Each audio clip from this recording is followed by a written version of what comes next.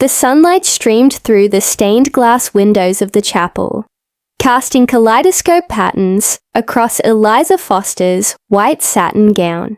Her hands trembled as she clutched the small bouquet of lilies. Her 18th birthday, just 3 weeks behind her. The wooden doors at the end of the aisle creaked open, and there he stood, Alexander Blackwood, 32 years old, with piercing blue eyes that seemed to look through her, rather than at her. His tailored suit accentuated his tall frame, and his jaw clenched nervously as their eyes met across the nearly empty chapel. "Are you certain about this?" her father whispered beside her, his weathered hand squeezing her arm gently. Even he couldn't quite believe the arrangement, though he had been the one to negotiate it. "Yes, father," Eliza responded, her voice barely audible. She wasn't certain of anything, except that this marriage would save her family from financial ruin. Alexander Blackwood's offer had been unexpected. Marriage to the daughter of his former business partner in exchange for clearing the Foster family's debts. A business arrangement, nothing more. As she took her first step down the aisle, Eliza remembered their only meeting before today. Alexander had called at their modest home, sitting stiffly in their parlor as he explained his proposal. "I require a wife," he had stated plainly, as if discussing the weather. "Someone young, educated, and from a respectable family. Your daughter meets these requirements." There had been no romance, no courtship, just a contract signed the next day. Her father had explained later, that night, with tears in his eyes, that Alexander Blackwood was known for his brilliant business mind, but also for his peculiar seclusion from society. Rumors swirled that despite his wealth and status, he had never been with a woman, romantically or otherwise. Now, approaching the altar where he waited, Eliza studied her soon-to-be husband. His expression remained unreadable, but she noticed a slight tremble in his hand. As he reached for hers, his touch was unexpectedly warm. "Dearly beloved," the minister began, his voice echoing in the nearly empty chapel. Only Eliza's parents and Alexander's solicitor witnessed their union. Throughout the brief ceremony, Alexander remained silent, except when required to speak his vows, which he delivered in a measured, controlled tone. When instructed to kiss the bride, he hesitated before placing the briefest of kisses on her cheek, his lips barely grazing her skin. Eliza caught the scent of his cologne, cedar, and something spicy she couldn't identify. "Mrs. Blackwood," he said, formally as they signed the register, the first words he had spoken directly to her that day. "The car is waiting to take us to the estate." The drive to Alexander's country estate passed in silence. Eliza watched the landscape change from city streets to rolling countryside, her thoughts churning. What kind of life awaited her? What would be expected of her? The weight of her new gold ring felt foreign on her finger. Alexander cleared his throat. "I hope you'll find Blackwood Manor comfortable," he said, eyes fixed on the passing scenery. "Mrs. Sullivan, the housekeeper, has prepared the east wing for you. You'll have your own suite of rooms." "My own?" Eliza let the question hang in the air. "Yes," he replied, a flush of color rising to his cheeks. "I thought you might prefer your privacy. My rooms are in the west wing." Relief mingled with confusion as she processed his words. Separate bedrooms hadn't been what she expected, though the prospect of immediate intimacy with this stranger had terrified her. "Thank you," she managed. "That's very thoughtful." His eyes darted to her briefly before returning to the window. "I'm not. That is to say, I have no intention of making you uncomfortable, Mrs. Blackwood."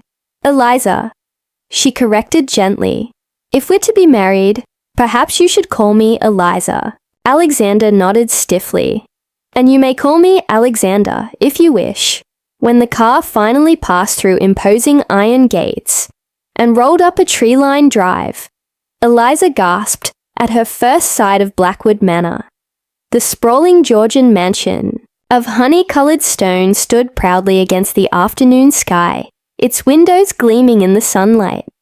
"It's been in my family for 6 generations," Alexander said, a hint of pride softening his voice.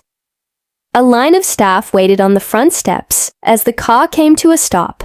Alexander helped Eliza from the vehicle, his touch gentle but fleeting. An older woman with silver-streaked hair stepped forward. "Welcome home, Mr. Blackwood, Mrs. Blackwood," she said, her smile warm as she looked at Eliza. "I'm Mrs. Sullivan. We're all very pleased to meet you, ma'am." "Thank you," Eliza replied, overwhelmed by the formality of it all. "Perhaps you'd like to rest before dinner," Alexander suggested. "It's been a long day," she nodded gratefully, and Mrs. Sullivan led her through the imposing entrance hall, with its marble floors and grand staircase, up to the east wing. Her rooms were beautiful. A sitting room in soft blues and creams, a bedroom with a 4-poster bed, and a modern bathroom with fixtures Eliza had only seen in magazines. "Mr. Blackwood had everything refurbished for you," Mrs. Sullivan explained. "He was most particular about the colours and furnishings." After Mrs. Sullivan left, Eliza sat at the dressing table, studying her reflection. She barely recognized herself. A girl playing at being a woman, a stranger in a strange house, married, to a man she didn't know. Tears threatened, but she blinked them away. She had made her choice, for her family's sake. Now she would have to live with it. Dinner that evening was served in the formal dining room, at a table that could seat 20.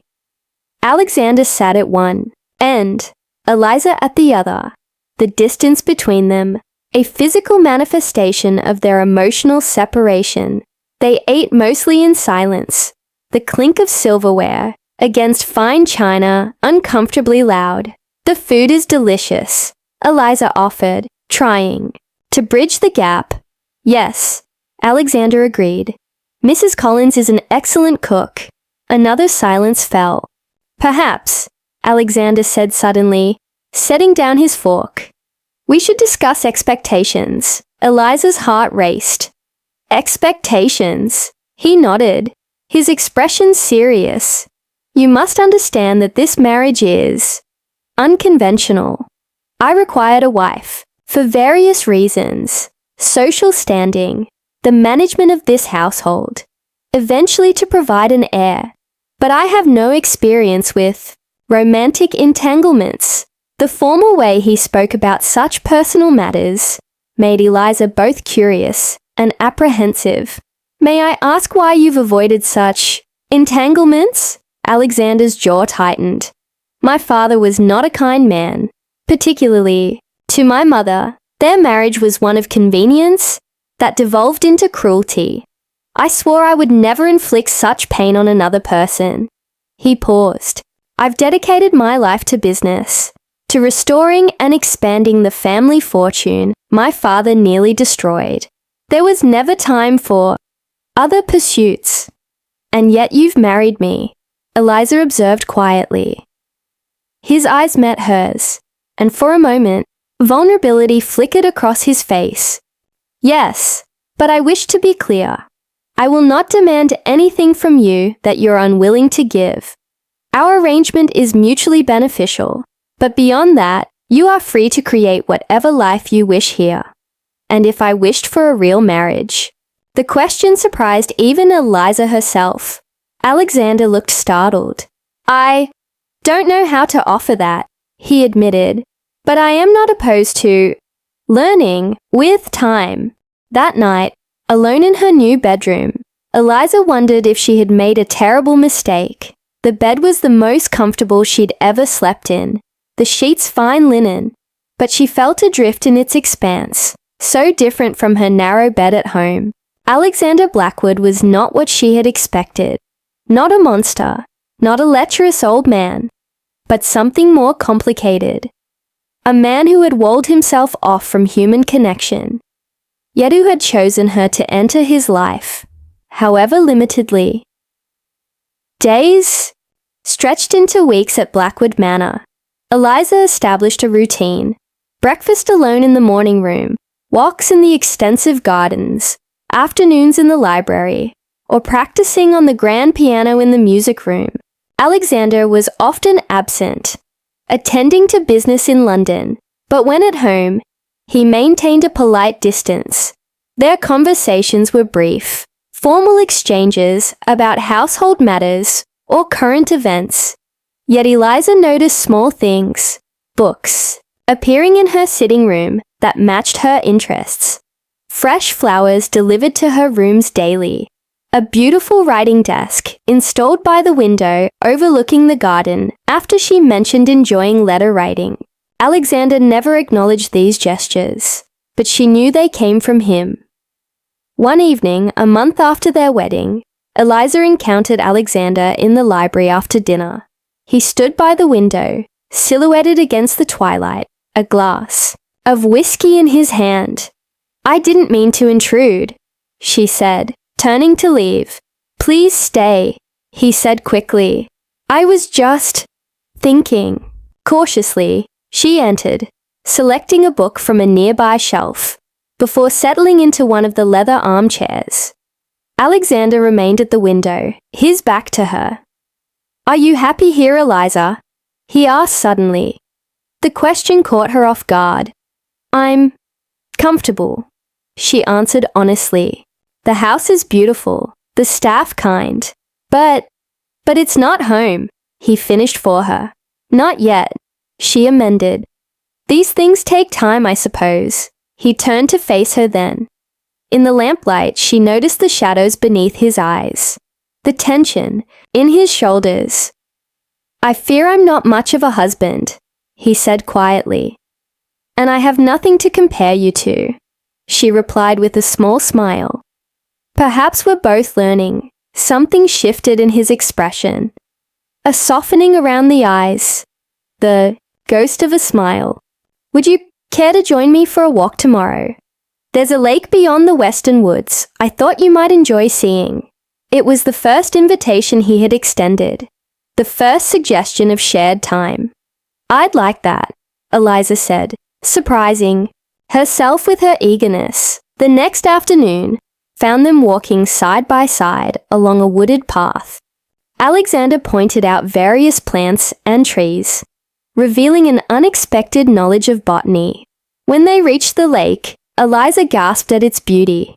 Crystal clear water reflecting the surrounding trees and sky. "My mother used to bring me here," Alexander said, his voice softer than Eliza had ever heard it. "It was our secret place, away from my father's temper." "It's beautiful," Eliza breathed, touched that he had shared something so personal. "Yes," he agreed. But when she glanced at him, he was looking at her, not the lake. He looked away quickly. When their eyes met, a flush coloring his cheeks, that evening at dinner, the silence between them felt different, charged with possibility rather than discomfort. Alexander asked about her day, her interests, her childhood. Eliza found herself speaking more freely than she had since arriving, describing her modest upbringing, her love of music and literature. "You must miss your family," Alexander observed. "I do," she admitted, "though my mother writes faithfully each week. Perhaps," he hesitated, "perhaps they might visit. Or we could visit them in London." Eliza smiled, genuinely surprised by the offer. "I'd like that very much." As summer turned to autumn, small changes accumulated. Their walks became a daily ritual, weather permitting. Alexander began taking his breakfast with Eliza, and they dined together each evening. He spoke more freely about his business ventures, sometimes even asking her opinion on matters. Eliza found herself looking forward to their conversations, to the rare moments when Alexander would unveil another layer of himself. One evening, returning from a walk that had caught them in an unexpected rain shower. They arrived at the house, drenched and laughing. Alexander had given Eliza his coat to shield her, his own white shirt now transparent and clinging to his chest. As they stood dripping in the entrance hall, their laughter faded into something else. An awareness that crackled between them like electricity. Alexander began, his voice hoarse. You should change before you catch cold. Eliza nodded, but neither moved. Droplets of water clung to Alexander's dark eyelashes, and without thinking, she reached up to brush them away. His breath caught at her touch, his eyes darkening. Eliza, he whispered, her name a prayer on his lips. The moment shattered when Mrs. Sullivan appeared with towels. Goodness gracious! You'll both be ill if you don't get dry immediately. They separated, the spell broken, but something had changed. That night, Eliza lay awake, her thoughts consumed by the look in Alexander's eyes, by the feel of his skin beneath her fingertips. The next morning, Alexander was called urgently to London on business. I'll return as soon as possible, he promised. Eliza before departing. Was it her imagination, or did his hand linger on hers as they said goodbye? 3 days stretched into a week, and Eliza was surprised by how acutely she felt Alexander's absence. The house seemed emptier, the days longer, without their walks and conversations. When she finally heard his car on the drive late one evening, she found herself hurrying downstairs to greet him. Alexander stood in the entrance hall, his expression troubled. Eliza, he said, surprised to see her. I didn't expect you to be awake. I heard the car, she explained, suddenly self-conscious in her dressing gown. Is everything all right? You look concerned. He ran a hand through his hair, a gesture she now recognized as signaling stress. Business complications. Nothing for you to worry about. Perhaps I could help, she offered. My father taught me about finance and investments. I'm not without understanding. Alexander studied her for a long moment. Come to my study, he said, finally. In the book-lined room, Alexander explained the situation. A competitor attempting a hostile takeover of one of his companies, threatening the livelihoods of hundreds of employees. As Eliza listened, she asked questions, offered insights. Hours passed as they worked together, examining financial reports and legal documents. This clause, Eliza said, pointing to a paragraph in a contract. It gives you right of first refusal for any share sales. If you can secure additional funding quickly, you could block the takeover. Alexander stared at her, amazement dawning on his face. You're absolutely right. How did I miss that? Sometimes a fresh perspective helps, she said with a smile. You're remarkable, he said softly, his eyes holding hers. Truly remarkable, Eliza. Something shifted between them that night. Alexander began including Eliza in his business discussions, valuing her opinions, her different way of seeing problems. She found herself intellectually stimulated in ways she'd never experienced, her mind expanding to encompass new concepts and challenges. Their emotional intimacy grew as well. One evening, sitting before the fire in the library, Alexander spoke of his childhood. The cold, demanding father, the gentle mother who had tried to shield him, but who had died when he was 12, leaving him alone with a man who saw affection as weakness. I learned early that emotions were dangerous, he confessed. Business made sense to me. Clear rules, logical outcomes. People were unpredictable, wanting things from me I didn't know how to give. And now, Eliza asked softly. His eyes met hers, firelight reflecting in their blue depths. Now I find myself wanting things I never thought possible.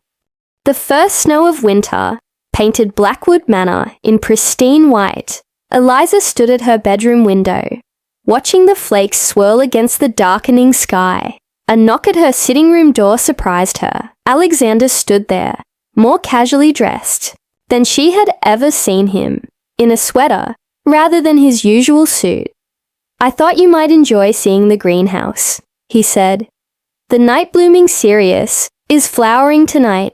It happens only once a year." Hand in hand, they crossed the snowy garden to the large greenhouse.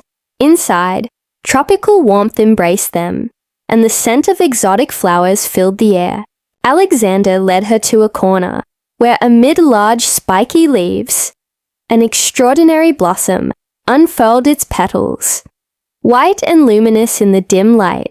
"It's the most beautiful thing I've ever seen," Eliza whispered. "Almost," Alexander replied, his eyes on her face. Later, she would never remember who moved first, only that suddenly his lips were on hers, tentative at first, then with growing confidence.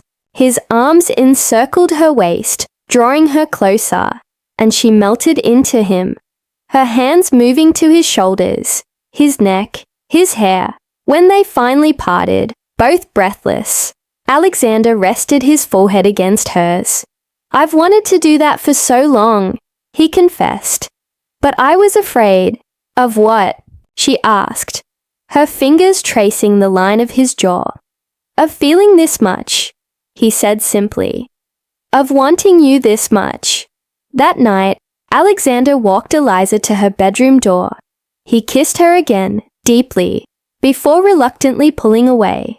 "Good night, my Eliza," he whispered. "You could stay," she offered boldly, heart hammering. He touched her cheek gently.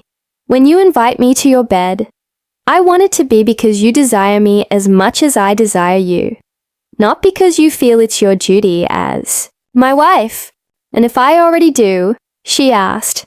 His eyes darkened. "Then I would still ask for time. This is all new to me. These feelings, these desires. I want to do this right, Eliza. You deserve nothing less." Christmas transformed Blackwood Manor for the first time in years. According to Mrs. Sullivan, evergreen boughs decorated the banisters, and a massive tree stood in the great hall.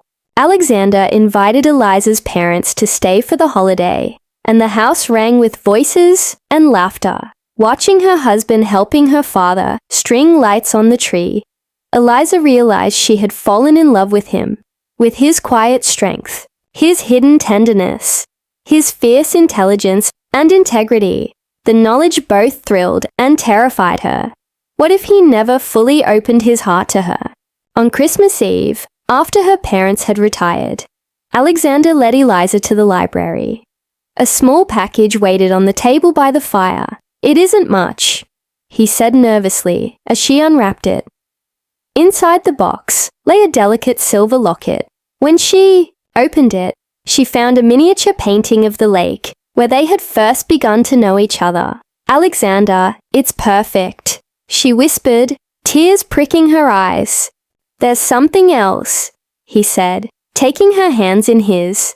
"I've been thinking about our arrangement, our marriage." Eliza's heart constricted. Was he regretting their growing closeness? "When we wed, I thought I wanted a wife in name only," he continued. "Someone to manage the household, to provide respectability. I never expected to want more, to feel more." He took a deep breath. "I've fallen in love with you, Eliza. Completely, irrevocably in love. And I want, if you'll have me, a real marriage in every sense." Joy bloomed within her, so intense it was almost painful. "I love you too," she said, her voice breaking. "I have for months now." His kiss was different this time. Not tentative but sure. Not restrained but passionate. When he swept her into his arms and carried her up the grand staircase, Eliza felt no fear, only anticipation and love. In her bedroom, their bedroom now, Alexander's hands trembled as he undressed her, his eyes worshipful as they took in her body. "You're so beautiful," he whispered.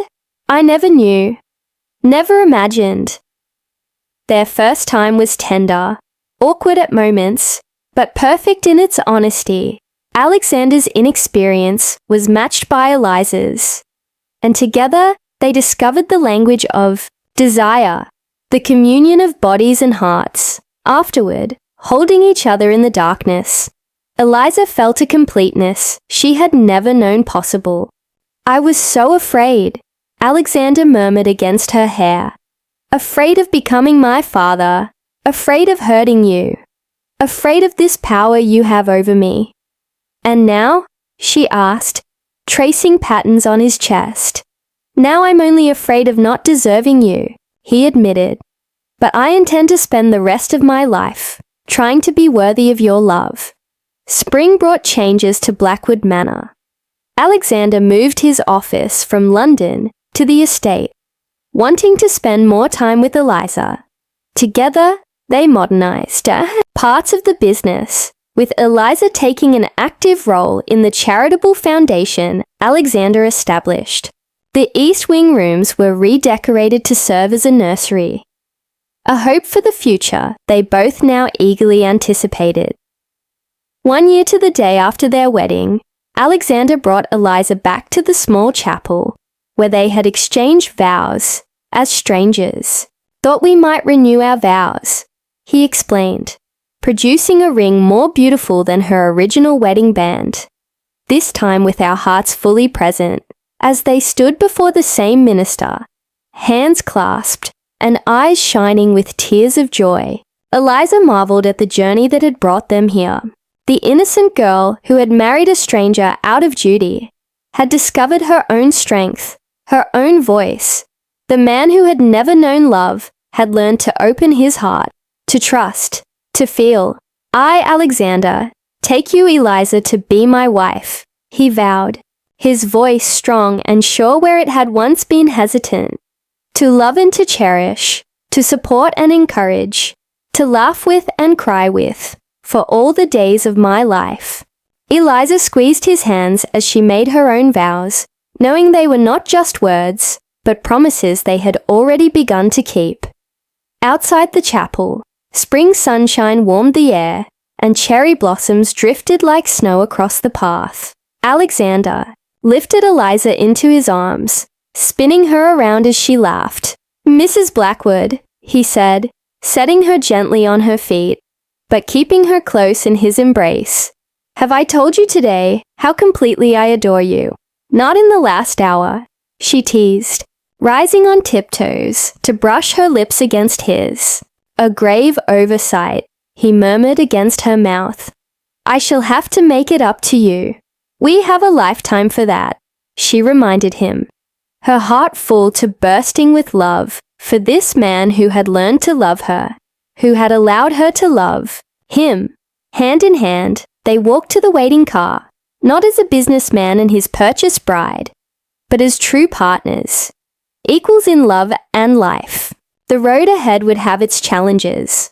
All marriages did, but they would face them together, stronger for having found each other, for having chosen love over fear, connection over solitude. As the car pulled away from the chapel, Eliza rested, her head on Alexander's shoulder, content in the knowledge that their story, which had begun as a cold business arrangement, had transformed into something rare and precious.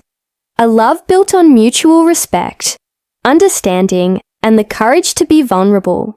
It wasn't the fairy tale she might have dreamed of as a young girl, but it was real and true, and infinitely more valuable for having been earned, rather than simply granted.